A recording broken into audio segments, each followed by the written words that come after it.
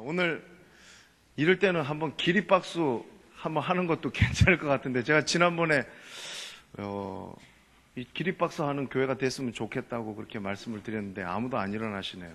좀 분위기는 썰렁하지만은 오늘 귀한 찬양 너무나 감사합니다. 할렐루야. 봄이 되니까 여러분들 표정도 훨씬 밝으신 것 같은데, 사실 또 고민도 하나 있습니다. 그게 뭐냐면, 날씨가 따뜻해지고 하면은 이 빈자리가 이렇게 듬성듬성 보이는 것 같아요. 야외로 나가시는 분들이 또 이렇게 계시는 것 같습니다. 오늘 그러나 정말 주님이 좋아서 또 예배의 자리로 나오신 여러분들에게 하나님께서 함께 하실 줄로 믿습니다. 우리 옆에 계신 분들하고 한번 얼굴 바라보면서 인사할 때에 결단합시다, 열심을 냅시다, 이렇게 인사하겠습니다.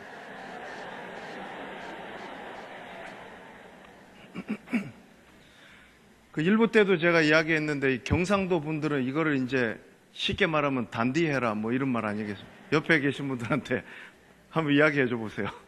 단디합시다.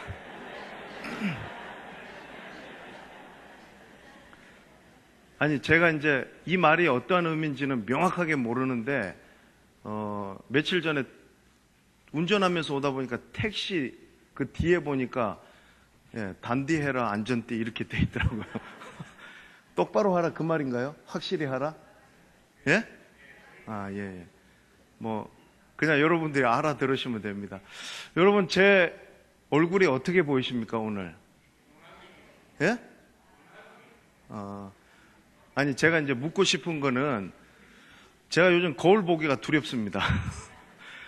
아니, 이게 얼굴이 점점 둥글둥글해지는 것 같아서, 지금 4주차 신방을 끝냈는데 너무 사랑을 많이 베풀어 주셔가지고, 제가 아마 이 부임신방 끝내고 나면은 한 10kg는 찔 것 같아요, 지금. 너무 과하게 이렇게 사랑을 베풀어 주셔가지고, 어쨌든 이 신방을 통해서 정말로 하나님께서 우리 교회에 또 새로운 활력소를 주시는 것 같고, 또 한 가지가 감사한 건 뭐냐면은, 신방을 가서 이렇게 만나 뵌 분들은 주일날 예배 드릴 때 이렇게 보면은 얼굴이 그래도 안면이 있으니까 더 반갑더라고요. 그래서 아직까지 신방을 못 받으신 분들은 조금만 더 기다리시면 될 것 같고요. 이제 4주차 끝냈는데, 제가 어쨌든 너무 우리가 이제 봄이 되면서 우리 교회가 참 기대가 되고, 하나님께서 우리 교회에 또 부어주실 은혜를 기대하면서 그렇게 나아갔으면 좋겠습니다. 여러분, 지금까지 우리가 이 소아시아 7교회에 대해서 6주 동안 살펴봤는데, 그동안에 몇몇 분들이 저한테 피드백을 주셨어요. 뭐 어떤 분들은, 목사님 이 시리즈 설교를 하니까 이게 드라마 연속곡 차례 돌아오는 것처럼 기다려진다, 이런 말씀을 하셨는데, 그분은 특별히 복 받으시길 주의 이름으로 축원합니다. 근데 여러분 어떡합니까? 오늘 이제 마지막입니다. 오늘 7번째 라오디게아 교회로 끝이 납니다. 또 어떤 분은 저를 지나가다 만났는데, 목사님 그 지도에 왜 순서 이렇게 있죠? 그 뭐죠? 이렇게 하면서, 제가 첫 시간에 말씀드렸죠. 어떻게 외우라고요? 앞에 글자만 에서 버두 사빌라 이렇게 외우면 된다고 그랬습니다. 그래서 오늘 마지막 시간이니까 우리 한번 복습을 해보겠습니다. 자, 첫 번째, 에베소 교회는 어떤 교회였습니까? 감사합니다. 아니, 첫 번부터 이거를 모르면은, 에베소 교회는 처음 사랑을 회복하는 교회라 그랬습니다. 그 다음에 서머나 교회는 참된 부요를 아는 교회. 그 다음에 버가모 교회는 믿음을, 감사합니다, 저버리지 않는 교회. 다음에 두아디라 교회는 처음보다 나중이 좋은 교회다. 그 다음에 사대 교회는 이름값 하는 교회 되라. 그 다음에 지난주에 빌라델비아 열린문 교회라 그랬죠. 열린문 교회. 그 다음 오늘 라오디게아 교회는 결단하고 열심을 내는 교회입니다. 정말 이렇게 됐으면 참 좋겠다 하는 그런 바람이 있습니다. 여러분, 저는 이 말씀을 준비하면서 좀 그런 기도를 드렸습니다. 하나님이 우리 교회에 주실 은혜는 분명히 있는데 우리 교회가 좀 그 은혜를 담을 수 있는 그릇으로 좀 준비되어지게 해주세요. 말씀과 기도가 좀 이렇게 살아날 수 있으면 좋겠습니다라는 그런 바람을 가지고서 큰 변화, 급진적인 이런 어떤 변화보다는 좀 작은 이런 움직임이 있었으면 좋겠다는 그런 마음이 저에게 있었습니다. 여러분들이 정말 하나님 앞에 즐거운 마음으로 예배 자리로 나오시고 또 여러분들이 새벽에 이렇게 하나님 앞에 나와서 우리가 가지고 있는 문제들 가지고서 하나님 앞에 또 기도하는 가운데에 응답받고 뭐 그런 것들이 우리가 신앙생활 하면서 큰 축복보다는 이런 것들이 어떻게 보면 우리에게 너무나 소중하고 중요한 것이 아닐까 생각이 됩니다. 제가 이렇게 좀 작게 잡은 이유는요, 우리가 아이들을 키우다 보면은 한번 그런 경험들을 다 하셨을 거예요. 저도 자녀들 키우다가 어느 날 갑자기 아빠, 엄마, 다리가 아파요 하면서 아이가 밤에 잠을 못 자는 경우가 있더라고요. 그걸 이제 우리가 성장통이라고 합니다. 그러니까 뭐 의학적으로 정확한 원인은 분분하지만은 어쨌든 근육과 뼈가 이렇게 균형 있게 잘 자라야 되는데 뭔가 이제 밸런스가 맞지 않다 보니까 이제 통증이 관절이나 어떤 허벅지나 이런 쪽에 근육에 오게 되더라는 겁니다. 여러분, 교회도 똑같습니다. 하나님이 교회를 사랑하시기 때문에 우리 범천교회를 축복하시고 하나님이 우리 교회에 주실 은혜가 있는 줄로 믿습니다. 근데 문제는 뭐냐 하면은 우리가 말씀과 기도가 준비가 안 돼 있는데 하나님의 은혜가 임하면은요, 아픈 거예요. 자꾸 서로 힘든 말을 할 수가 있고 또 아무리 좋은 일이지만은 그 가운데서 우리가 영적인 성장통을 겪을 수밖에 없는 겁니다. 그래서 여러분, 서두르지 않더라도 분명한 것은 뭐냐 하면은 좀 더디 가더라도 우리가 준비되어지만 하나님께서 반드시 우리 교회에 놀라운 부흥의 역사, 성장의 역사를 일으켜 주실 줄로 믿으시길 주의 이름으로 축원합니다. 여러분들에게 교회는 어떤 존재입니까? 어떨 때는 교회가 너무 그립고 가고 싶은 곳인데요. 어떨 때는 정말 교회가 가기 싫고 꼴 보기 싫은 곳이 교회입니다. 그래서 우리가 왜 하나님께서 이렇게 교회 때문에 힘들게 할 것 같으면은 이 땅에 왜 교회를 두셨을까라는 그런 어떤 의구심이 들 때가 있기도 합니다, 여러분. 그런데 제가 필립 얀시라는 분이 책을 썼는데 교회 나의 사랑 나의 고민이라는 이 책의 내용을 보니까 이 저자도 역시 그런 고민이 있었더라고요. 어렸을 때부터 교회 다녔지만은 고민하고 교회 밖에서 방황하기 시작한 거예요. 과연 이것이 내가 생각하던 교회가 맞나? 그런 고민들 속에서 그가 깨달았던 것은 뭐냐면은 교회를 제대로 봐야 된다는 겁니다. 그래서 그가 이야기하는 4가지 측면이 있는데 저와 여러분들이 좀 이것을 생각하면서 우리 교회를 좀 제대로 볼 수 있었으면 좋겠습니다. 첫 번째는요, 위를 봐야 된다는 거예요. 위를. 이 말은 무슨 말이냐면 요즘에 성도들이 교회 예배드리러 오면은요, 설교자가 얼마나 설교를 잘하나, 성가대가 오늘 얼마나 찬양을 잘하나, 굉장히 우리는 소비자 중심적으로 생각한다는 거예요. 그런데 그것만 봐서는 안 된다는 겁니다. 여러분들이 오늘 예배의 자리로 나와서 봐야 될 것은요, 하나님을 봐야 된다는 거예요. 하나님의 영광과 임재를 보는 것이 바로 예배라는 것이죠. 교회는 그런 곳이 돼야 된다는 거예요. 그 다음 2번째는 옆을 보라는 거예요. 옆을. 우리는 혼자가 아니라는 겁니다. 지금도 주 안에서 우리가 형제 자매된 분들이 우리 옆에 있는데 옆에 계신 분들이 지금 어떠한 생각과 어떠한 처지와 형편 가운데 있는지 우리가 모르지 않습니까? 그들의 필요를 볼 수 있어야 된다는 거예요.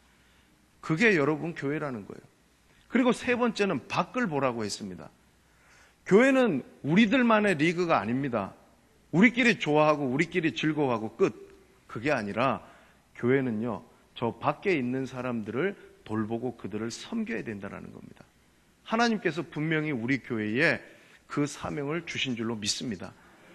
그리고 마지막으로는요, 자신의 안을 들여다보라는 거예요. 이 말은 무슨 말이냐면 여러분, 저와 여러분들이 오늘 예배 드리러 와서 정말 이런 마음이 있어야 된다는 거죠. 하나님 은혜 아니면 안 됩니다. 우리같이 자격 없고 아무짝에도 쓸모없는 저와 여러분이 이 자리에 와서 정말 내 자신이 아무것도 아니라는 것을 제대로 보게 될 때에 그 사람을 하나님께서 불쌍히 여기시고 긍휼히 여기시고 은혜를 부어주시는 줄로 믿습니다.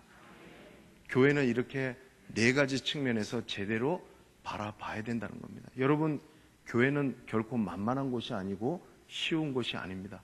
그럼에도 불구하고 하나님께서는요, 이 땅에 가능성을 두시기 위해서 교회를 이 땅에 세우신 줄로 믿습니다. 여러분, 교회를 사랑하십니까? 다시 한번 묻겠습니다. 우리 교회를 사랑하십니까? 여러분들의 사랑의 온도가 몇 도라고 생각하세요? 어떤 분들은 80도, 90도 물 끓는 것처럼 100도, 1000도 되는 분들도 있겠죠. 근데 어떤 분들은 마이너스 10도, 20도 그런 분들도 있을 거예요. 그런데 또 어떤 분들은요, 의외로 우리 주변에 보면은 이런 분들이 많더라고요. 뜨뜻미지근한 신앙생활 하면서 그렇게 사시는 분들이 참 많다는 것을 보고 우리가 놀라게 됩니다. 여러분, 근데 오늘 우리가 정말 기억해야 될 것은 뭐냐 하면은 우리가 미지근한 신앙생활 하면 안 된다라는 거예요. 우리의 태도를 분명히 해야 된다는 겁니다. 오늘 여기 읽은 우리 본문 15절, 16절 말씀에 보면은 차든지 더웁든지 하라는 거예요. 여러분, 뜨거운 게 좋은 거고 차가운 게 안 좋은 거다, 그 의미가 아닙니다. 오늘 본문의 말씀은 그 중간에 뜨뜻미지근하든지 미지근한 그 신앙을 지금 경계해주고 있다는 거예요. 도널드 맥가브란이라는 신학자가요, 그런 말을 하셨습니다. 교회 안에는요, 깨어있는 10%의 사람이 있고 살짝 깨어있는 80% 사람이 있고 아예 주무시는 10%의 사람이 있다는 거예요.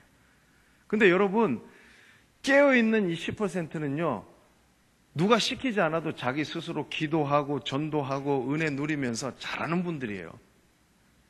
근데 절대 건드리지 말아야 될 분이 있는데 누구냐 하면은 주무시고 계시는 10%예요. 만약 잘못 깨우면 신경질 부리고 물어 뜯으려고 달라들기 때문에 이것도 건드리지 말라는 거예요. 그런데 문제가 되는 게 뭐냐면 이 80%라는 거예요. 이도 저도 아니고 중간에 회색지대에서, 그게 오늘날 저와 여러분들의 모습이고 많은 사람들의 모습이라는 겁니다. 여러분, 그래서 우리가 신앙생활하면서 정말 주의해야 될 것은 뭐냐면은 미지근한 신앙생활하는 거, 미온적으로 신앙생활하는 거, 형식적으로 신앙생활하는 거, 그거 여러분 우리가 정말로 조심해야 됩니다. 하나님께서 그것을 기뻐하시지 않습니다. 오늘 여기 라오디게아 교회를 향하여서 책망하시면서 주님이 내가 그런 사람들을 토하여 버리리라고 말씀하셨다는 겁니다. 여러분, 제가 전에 울산에 있을 때요, 중학교에 가서 위상담 교실에 가서 문제 중학생들을 상담하면서 다닌 적이 있습니다. 근데 그때 제가 느낀 게 있는데 뭐냐 하면은 이 중학생 아이들 힘든데요, 절대로 폭력적이고 이렇게 난폭한 아이들이, 그 아이들이 원래 그런 아이들이 아니더라고요. 이런 아이들은요, 자기를 스스로 굉장히 강하다고 생각하면서 막 다른 사람 앞에서 자기의 강함을 이야기합니다. 그런데 만나서 한두 시간 이야기하면요, 안 우는 아이들이 없더라고요. 다 서러운 거예요. 왜 내가 이런 부모님한테 이 가정폭력을 당해야 되고, 내가 왜 이런 나쁜 친구들하고 어울려가지고 나쁜 짓을 해서 이렇게 됐는지에 대해서 자기들도 다 알고 있는 거예요.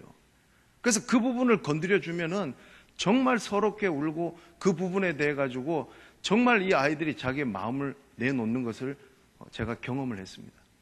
그런데 진짜 힘든 아이들이 있는데 어떤 부류냐 하면요, 이 미지근한 아이들인 거예요. 일단 눈빛을 보면은 눈빛에 초점이 없어요. 의욕이 없어요. 이게 도대체 중학생 아이로서 과연 맞나 싶을 정도로 아이가 의욕이 없는 거야. 그러면 이제 대화를 해보면 이렇죠. 너 그래 뭐 어떻게 공부하는 거 안 힘드니? 네.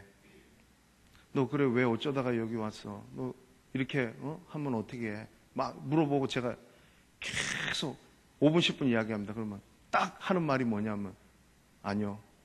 네. 이 말만 하는 거예요. 그러면 어떻게 되냐면 나중에 1시간 상담하고 나면 누가 진이 빠지겠습니까? 그 아이가 아니라 제가 진이 빠지더라고요. 너무나 안타까운 거예요.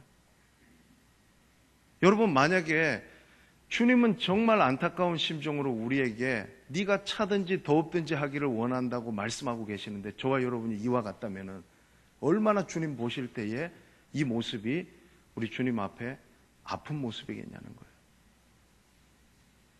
여러분 오늘날 많은 성도들이 그렇게 우리가 우리의 신앙의 태도를 분명히 하지 않고 그렇게 우리가 살아가고 있습니다. 오늘 이 말씀을 통하여서 저와 여러분들이 꼭 기억할 것은 우리가 정말로 차든지 더웁든지 하기를 주의 이름으로 축원합니다.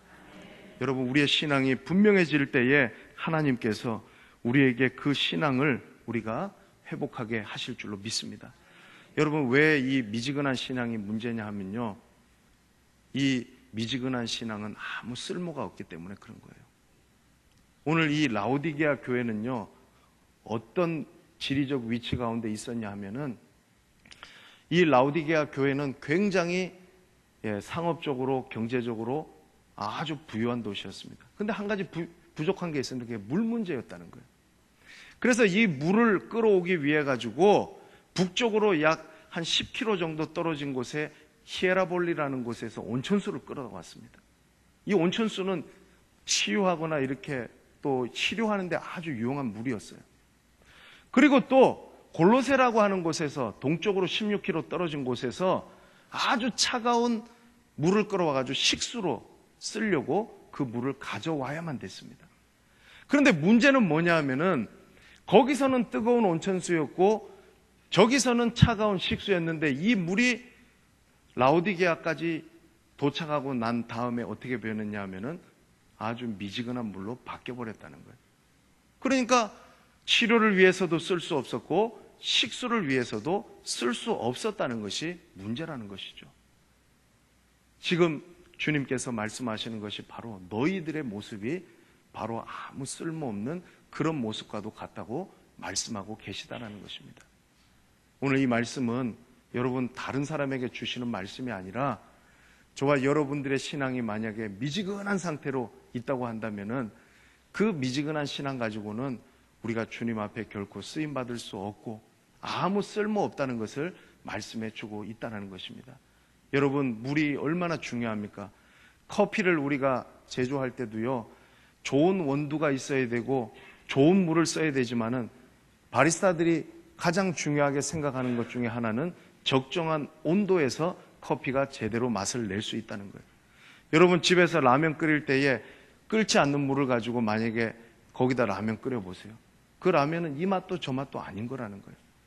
우리가 하나님 앞에서 미지근한 신앙의 모습을 가지고 살아가는 것이 마치 그와 같다는 겁니다. 그래서 오늘 이 말씀을 통하여서 저와 여러분들이 기억해야 될 것은 우리가 미지근한 신앙의 자세를 버리고 하나님 앞에 우리가 결단하며 나아갈 수 있는 저와 여러분들 되시기를 주의 이름으로 축복합니다. 여러분 결단한다는 것이 매우 중요합니다. 결단한다는 것은 여러분 무슨 말입니까? 변한다는 것이죠. 바꾼다는 것이죠. 버린다는 것입니다. 못된 죄의 습성이 있다고 한다면 결단한다는 것은 그것을 끊어버려야 되는 거예요. 우리가 다시는 옛사람으로 돌아가서는 안 된다는 거예요. 그런데 사람이요 참 바뀌고 결단하면서 자신을 변화시키는 게 쉬운 일 같은데 정말 쉽지 않습니다. 여러분 제가 한 가지 참 재미난 일이 있는데 제가 가끔 범내골에서 지금 있는 곳에서 교회에 걸어올 때가 있습니다. 그러면 걸어오다 보면 춘혜병원 앞을 지나게 되는데요. 거기서 제가 진풍경을 몇 번 목격한 것이 있어요. 그게 뭐냐면 몸이 아파가지고 병원에 입원한 환자들 가운데 특히 여자분들 가운데 상당수가 그 추운 날씨에 밖에 나와가지고 담배를 아주 맛있게 피고 계시더라고요. 제가 지나가면서 그런 생각이 드는 거예요. 저분 저러다가 어떻게 하시려고 저러나. 저 건강에 백해 무익한데 왜 저러시나? 근데 여러분 가만히 생각해 보면 그분이 끊고 싶어도 그게 자기 마음대로 안 되기 때문에 또 그럴 수 있다는 거예요. 미국에서 여러분 혈관 질환으로 한 해 수백만 명이 수술을 받습니다. 바이패스 수술이라는 게 있는데 막히면 우회해가지고 이제 뚫어주는 수술이에요. 그런데 여러분 그런 분들이요 그 수술을 받고 난 다음에 의사 선생님을 찾아가서 상담을 받는데요. 그러면 의사 선생님이 선생님 이렇게 사시면 안 됩니다. 음식 이런 거 줄이셔야 되고 건강을 위해서 운동을 하셔야 됩니다. 이렇게 조언을 해주면은요 10명 중에서 1명만 그대로 따라하고 나머지 9명은요 안 한다는 거예요. 왜 그러냐면 자기가 죽을 줄 알면서도 그것을 고치는 것이 어렵다는 거예요. 여러분 그래서 우리가요 신앙이 미지근한 것을 바꾸려면요 결단이 필요한 거예요. 여호수아 24장 15절 말씀에 여호수아가 오직 나와 내 집은 여호와만 섬기겠다고 결단하지 않았습니까? 열왕기상 18장에 보면은 여러분 엘리야가 너희가 언제까지 두 사이에서 머뭇머뭇하려느냐? 바알이 하나님이면 그를 섬기고 여호와가 하나님이면 그를 섬기라고 결단을 요청하고 있지 않습니까? 오늘이 여러분 저와 여러분들에게 그 순간인 줄로 믿습니다. 여러분 결단하셔야 됩니다. 결단하지 않으면 우리가 계속해서 미온적인 상태로 미지근한 상태로 우리가 잘하고 있다고 나는 문제 없다고 그렇게 신앙생활 할 수밖에 없는 거예요. 근데 여러분 제가 좀 전에 말씀드렸듯이 결단한다고 해서 변화되는 게 쉽지 않은데 어떡합니까? 우리가 이렇게 생각할 수 있는데 우리가 하는 게 아니죠, 여러분. 에베소서 3장 16절 말씀에 보니까 바울 사도가 뭐라고 얘기했냐면은 성령 안에서 너희의 속사람을 강건케 한다고 말씀했습니다. 그 말은 무슨 말입니까? 성령님이 하셔야 된다는 거죠. 하나님이 하십니다. 우리가 하는 게 아니라는 거예요, 여러분. 사람은 할 수 없다는 거예요. 그래서 이 바울 사도가 로마서 12장 2절 말씀에 보면은 너희는 이 세대를 본받지 말고 오직 마음을 새롭게 함으로 변화를 받아라는 이 변화를 받는다는 이 말을요 기가 막히게 설명하고 있는 거예요. 우리가 변한다는 것은요 우리 얼굴에 그냥 화장 조금 해가지고 모습을 바꾸는 그 정도가 아니라는 거예요. 새 옷을 사가지고 입어가지고 우리가 좀 멋져 보이려고 그렇게 새 옷과 새 구두를 신는 그 정도가 아니라는 거예요. 근본이 변한다는 거예요. 그래서 그 말을 어떻게 설명하냐 하면은 이 바울 사도가 변화를 받아라는 말이 뭐냐면은 올챙이가 개구리 되는 거. 완전히 이거는 황골탈퇴하는 것과도 같은 거예요. 번데기가 나비가 되는 것과 같다는 거예요. 그래서 이 메타모르포시스라는 이 헬라어 말은요 영어로 하면은 트랜스포메이션이에요. 이거는 완전히 변형되고 변태되는 거라는 말이에요. 그 말을 바울 사도가 사용하고 있다는 거예요. 그래서 여러분 기억하십시오. 주님은 우리를 변화시키실 수 있습니다. 여러분 우리를 새롭게 하시는 그분이 우리를 변화시킨다고 한다면은요 우리의 우울증도 치유될 줄로 믿습니다. 우리의 못된 습관도 행동도 바뀌게 될 줄로 믿습니다. 여러분 무엇보다도 중요한 것은 뭐냐면 우리의 속사람이 새롭게 되고 바뀌는 역사가 일어나게 될 줄로 믿습니다. 그게 바로 하나님이 바꾸시는 변화라는 거예요. 결단하는 자에게 그와 같은 은혜와 축복을 주시는 줄로 믿습니다. 그런데 여러분 이 말씀을 하시는 분이 오늘 이 라오디게아 교회를 향하여서 어떤 분으로 나타나고 있는지 그걸 우리가 볼 수 있어야 됩니다. 세 가지를 이야기하고 있습니다. 본문 14절 말씀에 보면 첫 번째는 그분은 아멘이시오라고 했습니다. 두 번째는 충성되고 참된 증인이라고 했습니다. 세 번째는 창조의 근본이신이라고 했습니다. 하나씩 살펴보면요 그분은 그럴 만한 능력이 있는 분임이 확실합니다. 왜냐하면 그분은 아멘이시라는 거예요.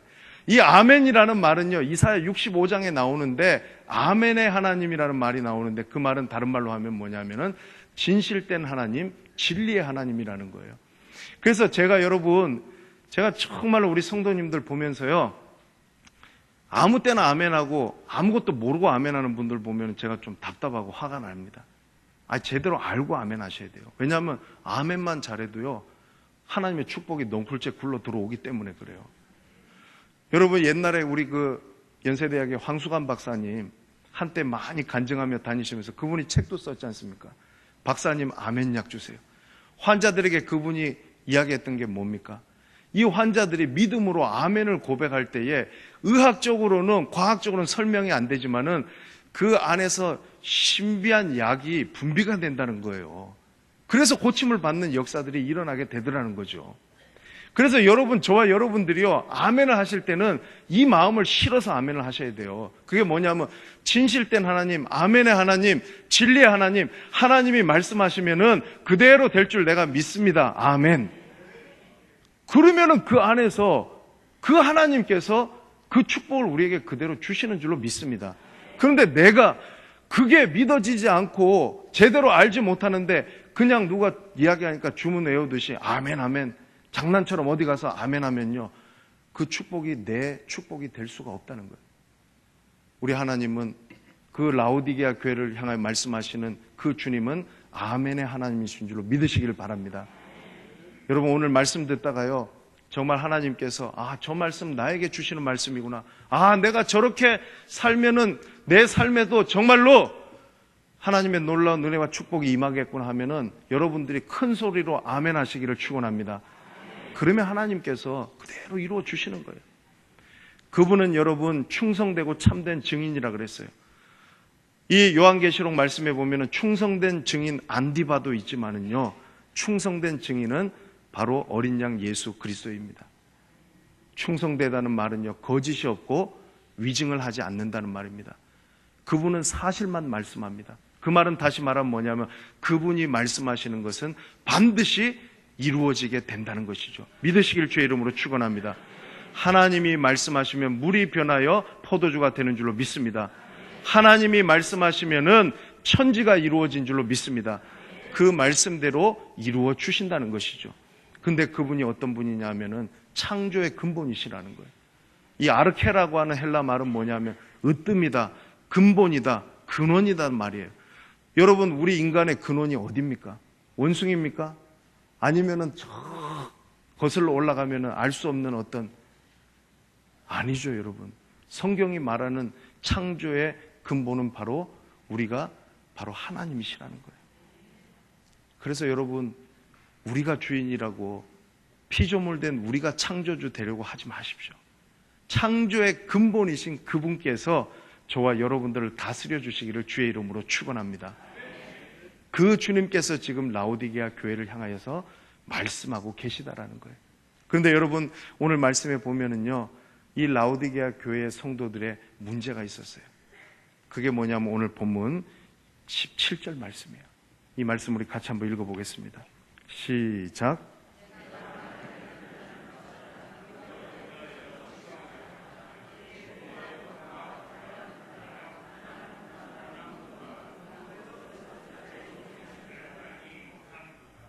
여러분, 이 말씀 꼭 한번 기억하셨으면 좋겠어요.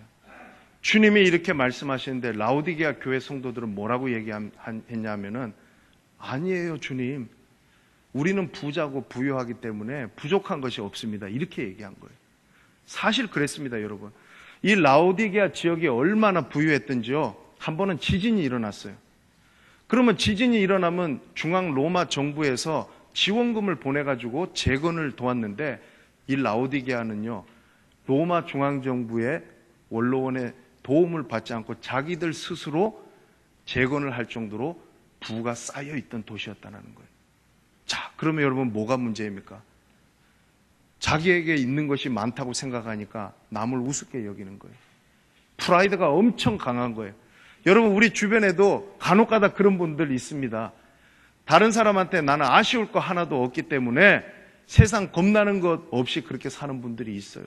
근데 그런 분들의 안타까운 문제가 뭐냐 하면은 소위 자기가 가지고 있는 그것 때문에 자신의 본 모습을 보지 못하고 착각하면서 사는 것이 문제라는 겁니다, 여러분. 아니, 우리가 얼마나 잘났길래 하나님 앞에서 하나님, 나는 하나님 은혜 없이도 살 수 있으니까 하나님, 나는 부유합니다, 나는 괜찮습니다라고 할 수 있겠냐는 거예요. 그럴 사람은 없다는 거죠. 그런데 지금 라오디게아 교회 성도들은 그렇게 이야기하고 있다는 거예요. 그러니까 주님께서 그들을 얼마나 안타깝고 가련하게 보시겠냐는 거예요. 누가복음 12장 말씀에 보면은요, 한 어리석은 부자의 비유의 말씀이 나오고 있습니다.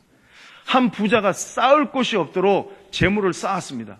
그리고 스스로 만족하기를, 내가 이제 이 모든 것을 다 쌓았으니까 내가 이제 이것을 누리며 살리라고 했을 그때에 하나님께서 뭐라고 말씀하셨습니까? 내가 오늘 밤 네 영혼을 취하여 간다면은 이것이, 네가 쌓아놓은 것이 네 것이 되겠냐는 거예요. 한 푼도 못 써보고 그냥 다 놓고 갈 수밖에 없는 거예요. 이것이 뭐냐 하면은 여러분, 세상에 대해서 부유하지만은 하나님께 대하여 부유하지 못한 사람의 모습이라는 거예요. 여러분, 저와 여러분들은 그런 사람이 되면 안 됩니다. 여러분, 우리가 하나님 앞에서 나는 괜찮아요, 나는 이 정도면 됐어요, 나는 지금 가지고 있는 거 있으니까 하나님 더 이상 은혜 필요 없어요, 그렇게 말하는 사람을 향하여서 주님이 뭐라고 말씀하시냐 하면은, 주제 파악 좀 해라, 정신 차려라. 오늘 여기 말씀에 뭐라고 얘기합니까?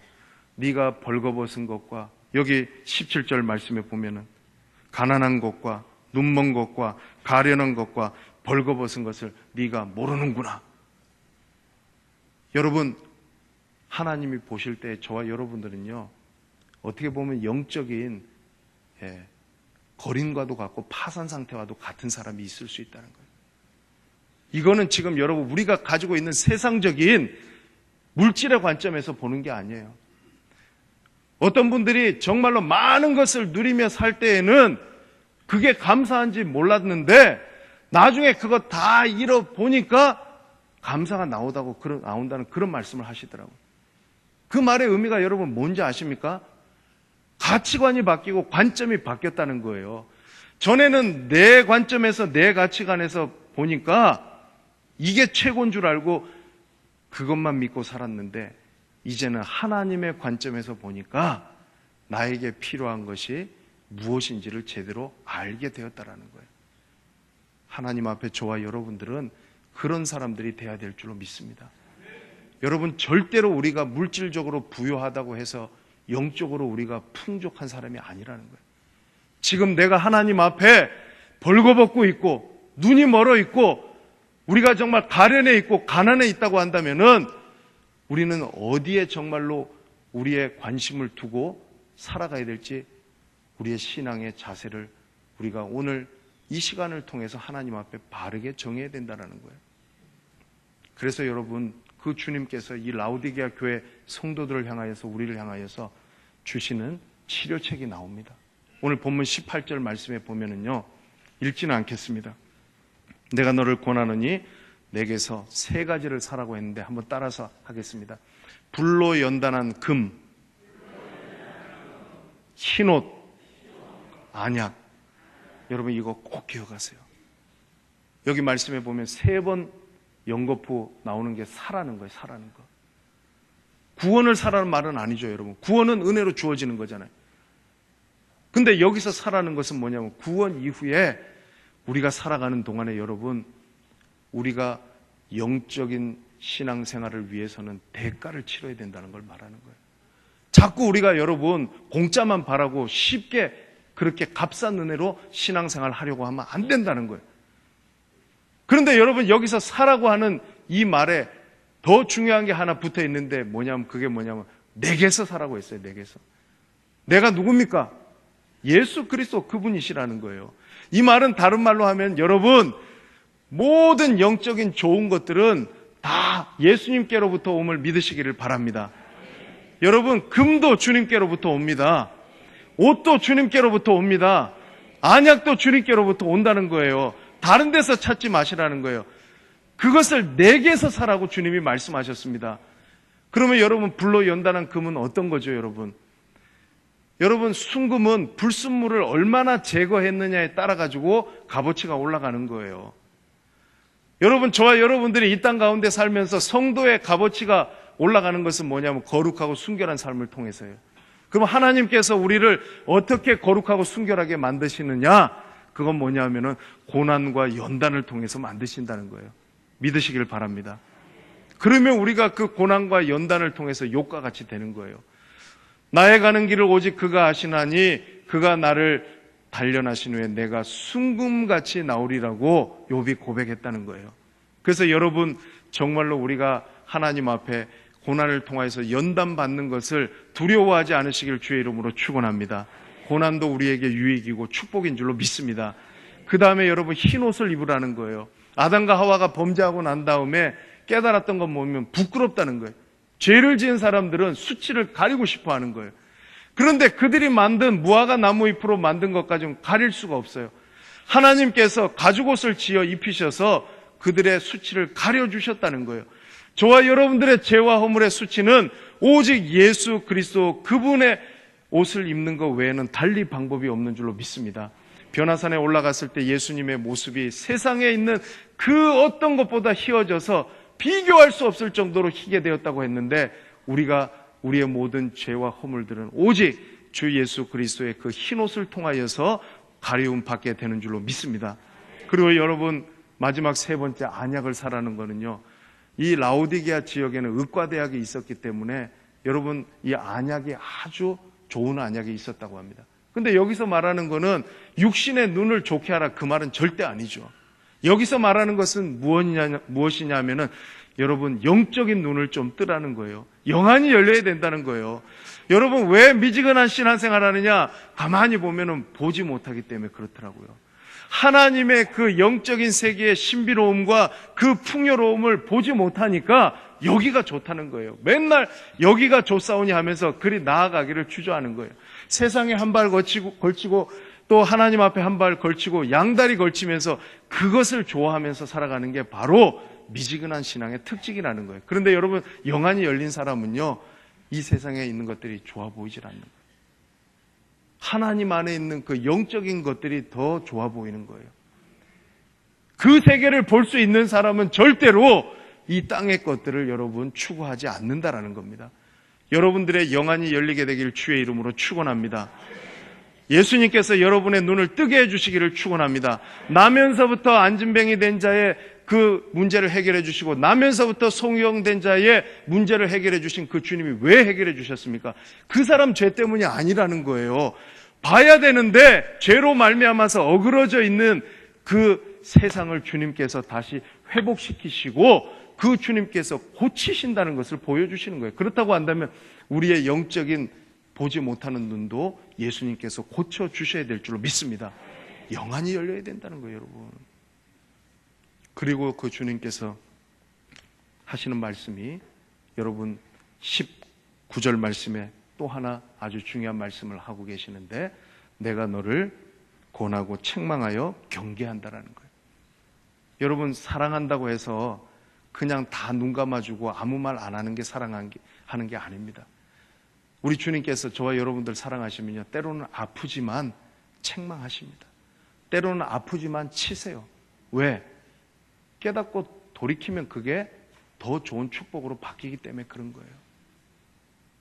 그래서 여러분, 책망하지 않고 징계하지 않는 사람 사생하라 그랬습니다.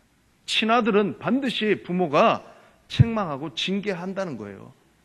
오늘 여기 말씀에도 보면 라오디게아 교회 성도들 향하여서 엄한 말씀을 하고 계시는 분이 바로 그 주님이시라는 거예요. 근데 그 주님이 아주 중요한 말씀을 하나 하고 계시는데, 그게 뭐냐 하면은요, 열심을 내라는 말이에요. 열심을 내라는 말. 여러분 다 아시죠? 열심을 내라는 말. 좀 열정을 가지라는 말이죠. 그런데 이 열심을 내라는 말은요, 여러분 잘 이해해야 돼요. 그래서 제가 여러분들에게 이 말씀을 설명을 좀 드려야 됩니다. 간혹 가다가 열심을 내라고 하면은요, 이것을 이렇게 이해하는 분들이 있어요. 가정 다 팽개치고 하던 일 다 버려버리고 그냥 나는 오직 기도만 하고 말씀만 보고 교회에서 살리라. 여러분, 어디 성경에 하나님이 우리 보고 네 가정과 모든 하던 일 다 내팽개치고 그렇게 하라고 했습니까? 이걸 잘못 이해하니까 잘못된 열심을 가지고서 살더라는 거죠. 그 말이 뭐냐면은 1시간 할 거 2시간 하고 2시간 할 거 4시간 해가지고 채우려는 거, 그거 아주 잘못된 거예요. 여러분, 그렇게 해가지고 하나님께서 우리가 만약에 양쪽으로 채운다고 하나님께서 그거 기뻐하시겠냐는 거예요. 중요한 건 뭐냐면 여러분, 바른 열심이라는 거죠. 잘못된 열심이 아니라 바른 열심 가지라는 거예요. 잘못된 열심 가지면 여러분 어떻게 되는 줄 아세요? 유대인들과 종교 지도자들이요, 자기들은 옳다고 생각하고 예수님 십자가에 못 박아 죽였지 않습니까? 그 사람들 정말 열심인 사람이에요. 누구도 따라갈 수 없는 열심을 가진 사람이에요. 우리가 그렇게 되면 안 된다라는 거예요, 여러분. 그래서 이 열심은 뭐냐면은 하나님 기뻐하시는 올바른 열심을 가지고서 하나님 섬기실 수 있기를 주의 이름으로 축원합니다. 여러분, 그리할 때 하나님께서 정말 그 사람의 신앙도 바꾸어 주시고 그 사람에게 하나님께서 역사하여 주시는 줄로 믿습니다. 그런데 오늘 이제 말씀을 마무리하면서 우리가 정말로 놓치지 말아야 될 중요한 한 절의 말씀이 있는데 3장 20절 말씀이에요. 여러분, 이 말씀 많이 들었을 겁니다. 근데 오늘 이 시간에 우리 같이 한번 이 말씀 다시 한번 읽어보겠습니다. 시작. 볼지어다 내가 문 밖에 서서 두드리노니 누구든지 내 음성을 듣고 문을 열면 내가 그에게로 들어가 그와 더불어 먹고 그는 나와 더불어 먹으리라. 아멘.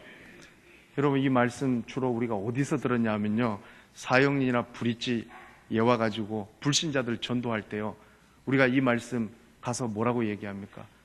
오늘 예수님 밖에서 문 두드리고 계시는데 마음문을 여시고 영접기도 하시면은 주님이 들어오셔서 당신 삶의 주인 되어 주십니다. 영접기도 하십시다. 근데 여러분, 엄밀히 말하면은 이 본문 그렇게 사용하면 안 되는 본문이에요. 왜냐하면 문맥상으로 지금 이 본문은요, 라오디게아 교회 교인들을 향하여서 하시는 말씀이에요. 저와 여러분들에게 하시는 말씀이에요. 믿는 저와 여러분들, 미지근한 신앙 가지고 있는 사람에게 주시는 말씀이에요. 이거 절대로 예수 안 믿는 불신자들한테 가가지고 이 한 절만 떼가지고 마치 문 열고 마음 열고 예수님 영접하면 당신 오늘 구원받게 됩니다, 그런 본문으로만 사용할 수 있는 본문이 절대 아니라는 거예요. 그래서 여러분, 이 말씀을 오늘 우리가 정말 중요하게 귀담아 들어야 된다는 거예요.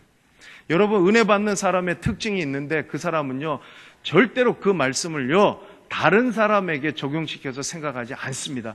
자기 자신에게 적용시켜서 생각하는 거예요. 오늘 이 말씀은 나에게 주시는 말씀으로 받아들이는 사람이더라고요. 그래야지 그 말씀이 능력이 돼서 그 사람에게 변화를 일으키더라고요. 여러분, 맨날 다른 사람 마음의 문 열려고 하지 마세요. 왜 당신 그것밖에 안 되냐고 자꾸 다른 사람한테 가서 마음 문 열어라 그 말씀 하지 마시고 오늘 이 시간에 여러분 결단하고 열심을 내고 저와 여러분의 마음의 문을 열게 되기를 주의 이름으로 축원합니다. 여러분, 이 말씀에 뭐라고 말합니까? 내가 문 밖에 서서 두드린다는 거예요. 이 말은 뭐냐면 오늘 여러분 잘 들으셔야 됩니다. 여러분들이 지금까지 나는 부유하다 생각하고 나는 아무 문제 없다 생각하고 뜨겁든지 차갑든지 분명한 신앙의 태도를 갖지 않고 미지근한 생활을 하면서 형식상으로 명목상으로 여기까지 왔으면요, 이 말씀 여러분에게 주시는 말씀이고 저에게 주시는 말씀이라는 거예요. 내가 이제 네 안에 들어가겠다. 예수님이 지금 우리에게 마음문을 열라고 말씀하고 권하고 계시는 거예요, 여러분. 예수님께서 이제 얘야 때가 되지 않았느냐, 이제 마음의 문을 좀 열지 않으련, 그래야지 내가 들어가서 이제 너의 그 신앙을 내가 바꾸어 줄 수 있지 않느냐. 여러분, 근데 그 주님께서요 이렇게 마음의 문을 두드리시면서 그냥 하시는 말씀이 아니라 이 안에 놀라운 주님의 은혜가 있더라고요. 그게 뭐냐면은 주님의 교제와 주권이 이 안에 들어가 있는 거예요. 그 얘기를 여러분 한번 좀 들어보셔야 된다는 거죠. 여러분, 여기 말씀해 보니까 마음의 문을 열면 내가 그에게로 들어가 그와 더불어 먹고 그는 나와 더불어 먹으리라는 거예요. 이 말이 무슨 말이에요, 여러분? 예수님께서 우리 안에 들어오셔가지고 우리와 교제하고 싶어 하신다는 거예요. 그분이 우리와 함께 살고 싶어 하신다는 거예요. 여러분, 만약에 신랑과 신부가 결혼을 했는데 서로 사랑한다고 하면서 신랑이 신부 보고 이 집에는 나 혼자 살 테니까 당신은 저 바깥에 살아라. 반대로 신부가 신랑한테 이 집은 내 집이니까 당신은 저 바깥에 있으세요. 이거 말도 안 되는 거예요. 우리가 그런데 그렇게 하고 있다는 거죠. 주님은 우리 안에 들어오셔가지고 우리와 더불어 먹고 우리가 그분과 더불어 먹음으로 말미암아서 우리가 정말 그분과 하나 되고 함께 교제하는 삶을 살기를 원하고 계신데 우리가 싫다라는 거예요. 여러분, 우리 예수님을 가까이 하기엔 너무 먼 당신으로 그렇게 두고 언제까지 사시렵니까? 미지근한 신앙생활의 문제가 그거라는 거예요. 주님은 들어오고 싶고 우리와 함께 하고 싶고 나와 함께 먹고 자고 그곳에 생활하고 싶어 하시는데 우리가 그분을 받아들이지 않으니까 우리 주님께서도 어떻게 하실 수가 없는 거예요. 여러분, 주님을 마음문을 열고 받아들이시길 주의 이름으로 축원합니다. 그분과 교제할 때 우리는 온전한 삶을 살 수 있습니다. 풍성한 삶을 살 수 있는 거예요. 여러분, 내가 내 삶 사는 거하고 예수님이 내 안에 들어와서 사시는 삶하고 여러분 같습니까? 아니죠. 차원이 다른 삶인 거예요. 주님과 교제해야 되는 거예요. 함께 해야 되는 거예요. 또 하나는 여러분 주권이라고 말씀드렸어요. 그 말은 뭐냐 하면은 그분을 받아들인다고 하는 것은 이제 내 삶의 주인이 내가 아니라 주님,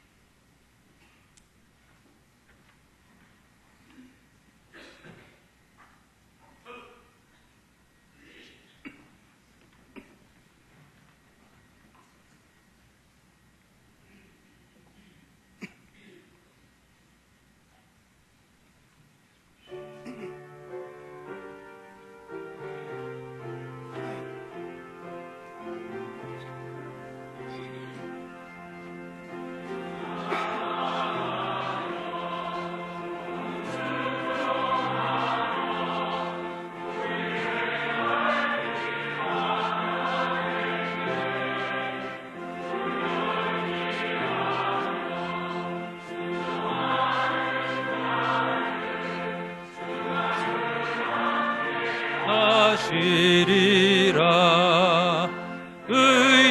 의지하고 순종하는 길은 예수 안에 즐겁고 복된 길이로다. 해를 당하거나 우리 고생할 때 주가 위로해 주시겠네. 주를 의지하며 순종하는 자를 주가 안위해 주시리라. 의지하고 순종하는 길은 예수 안에 즐겁고 복된 길이로다. 남의 짐을 지고 슬픔 위로하면 주가 상급을 주시겠네. 주를 의지하며 순종하는 자를 항상 복 내려 주시리라. 의지하고 순종하는 길은 예수 안에 즐겁고 복된 길이 됐습니다. 여러분, 우리 삶의 주인이 내가 아니라 주님이시라는 것을 인정하는 것이 바로 마음의 문을 열고 주님을 받아들이는 것입니다. 그래서 여러분들이 지금까지 내가 가지고 있는 것은 다 내 것이고 그래서 내가 내 마음대로 그렇게 사용하겠다 생각하고 살아왔다고 한다면 여러분들이 이제는 그 모든 것들을 내 것이 아니라 주님의 것임을 알고 그렇게 주님 앞에 내어드릴 수 있는 그런 저와 여러분들이 되시기를 주의 이름으로 축원합니다. 제가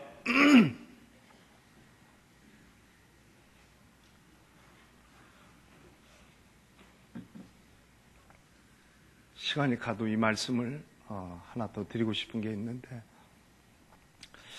한 가지만 이 부분에 대해서 말씀을 드리면요. 사실 오늘 지금 굉장히 이렇게 강하게 제가 말씀을 드려야 되는데 좀 애처롭게 말씀을 드리게 돼서 상당히 죄송하지만은 1부 때도 그 말씀 드렸지만은 여러분들이 많은 것들 주님 앞에 드릴 수 있겠지만은 물질의 11조만 드리지 마시고 시간의 11조도 주님 앞에 드리는 분들이 되셨으면 좋겠어요. 항상 기도하면서 말씀을 선포하는 가운데에 우리 성도들을 향하여서 가지고 있는 간절한 마음은 뭐냐면 우리 교회가 좀 기도에 불이 붙었으면 좋겠다는 그런 바람이 있습니다. 그래서 제가 신방을 다녀보면은 어떤 분들이 새벽 기도를 쉬고 있습니다. 나가고는 싶은데 참 잘 되지 않습니다. 라고 말씀하는 분들도 있고 또 어떤 분들은 한 번 나가느니 그냥 너무 부끄러워가지고 안 하겠다고 하시는 분들이 있더라고요. 그래서 제가 이 문제를 가지고서 기도하면서 드는 생각은 뭐냐 하면은 여러분 아까도 말씀드렸지만은 신앙의 대가를 치러야 되는데 여러분 하나님 앞에 우리가 시간을 들이지 않고서 어떻게 하나님 은혜를 받을 수가 있겠냐는 거죠. 여러분 일주일 168시간을 하루 24시간을 우리만을 위해서 쓰라고 주님이 주시지 않았습니다. 분명한 것은 뭐냐면 저와 여러분들이 하나님 앞에 물질도 드리고 다른 것도 다 드렸다고 한다면은 여러분 저와 여러분들에게 주신 시간의 11조도 하나님 앞에 드려야 될 줄로 믿습니다. 한 번 해서 달라지지 않으니까 나는 아예 안 하겠다고 생각하는 그런 잘못된 생각 가지고 계시지 말고 한 번이 두 번 되고 두 번이 세 번 되는 겁니다. 정말 감사한 것은 그래도 부족한 종이 신방을 다니면서 말씀을 전했을 때에 우리 성도님들 가운데에 정말 그걸 주님의 음성으로 알아듣고 이 자리에 나와서 교회를 위하여서 나라와 민족을 위하여서 자녀들 위해서 가정을 위하여서 눈물로 기도하는 분들이 있더라고요. 그러면 하나님께서 보실 때에 정말 그런 분들에게 우리 하나님께서 어떠한 은혜를 부어주실지 참 기대가 됩니다. 여러분 시간의 11조를 꼭 드리실 수 있기를 주의 이름으로 축원합니다. 그래서 여러분 오늘 마지막 말씀은요, 이제 이 소아시아에 나오는 요한계시록의 7교회는 이제 이것으로 끝이지만은 오늘 본문 21절 마지막 이제 한 절 말씀에 보면은 지금까지 다른 어떤 교회에 약속하신 축복보다도 비교가 안 되는 놀라운 축복의 약속을 해주고 계시는데 그게 뭐냐 하면은 이 라오디게아 교회가 결단하고 열심을 내게 되어지면은 내가 너희에게 이기고 앉았던 그 하늘 보좌에 너희와 함께 앉을 수 있게 해주겠다고 주님이 말씀하셨습니다. 여러분 그 보좌가 어떤 보좌입니까? 예수님께서 이기시고 하나님 보좌 우편에 계신 것은요 승리와 권세를 상징하는 거예요. 그런데 여러분 저와 여러분들이 아무것도 아닌데 그렇게 우리가 결단하고 열심을 내는 사람에게는 예수님 앉은 그 보좌에 하나님 보좌 우편에 우리 보고 앉게 해주시겠다고 말씀하셨어요. 여러분 비행기 타고 외국 나가죠. 값을 얼마나 지불하느냐에 따라 가지고 좌석의 등급이 달라집니다. 돈을 조금 내면 이코노미 타고 가면요 혜택도 조금밖에 없어요. 근데 비즈니스 타고 가고 퍼스트 클래스 타고 가면요 대접이 달라지더라고요. 저는 아직 1등석을 타보진 못했는데 한 번은 이코노미 끊었는데 자리가 남는다고 해서 비즈니스 자리를 내줘서 가서 앉아보고 거기서 대접을 받아봤는데 아 이래서 돈 많이 내고 이거 타고 가는구나 생각이 들더라고요. 여러분 예수님 앉아 계신 그 보좌가요 비행기 타는 1등석하고 비교가 되겠냐는 거예요. 저와 여러분이 정말로 하나님 앞에 이기는 자가 될 때에 그 보좌에 앉게 해주심을 믿으실 수 있길 주의 이름으로 축원합니다. 말씀을 맺습니다. 여러분 주님 사랑하십니까? 교회를 사랑하십니까? 결단하십시오. 열심을 내십시오. 오늘 주님께서 문 밖에 서서 두드리고 계시면서 우리의 미지근한 신앙에 대하여서 주님이 마음 문을 열기를 원하십니다. 그분을 받아들이시면은 그분과 교제할 수 있습니다. 그분이 우리의 주인이 되어주십니다. 그리고 이기는 자에게는 하늘 보좌에 앉게 해주시는 줄로 믿습니다. 건강한 교회를 향하여란 주제는 여기서 끝이지만 바라고 원하는 것은 앞으로 우리 교회가 우리 성도들이 하나님 앞에 정말 하나님 기쁘시게 함으로 말미암아서 하나님께서 귀하게 쓰시는 교회와 성도가 될 수 있기를 주의 이름으로 축복합니다.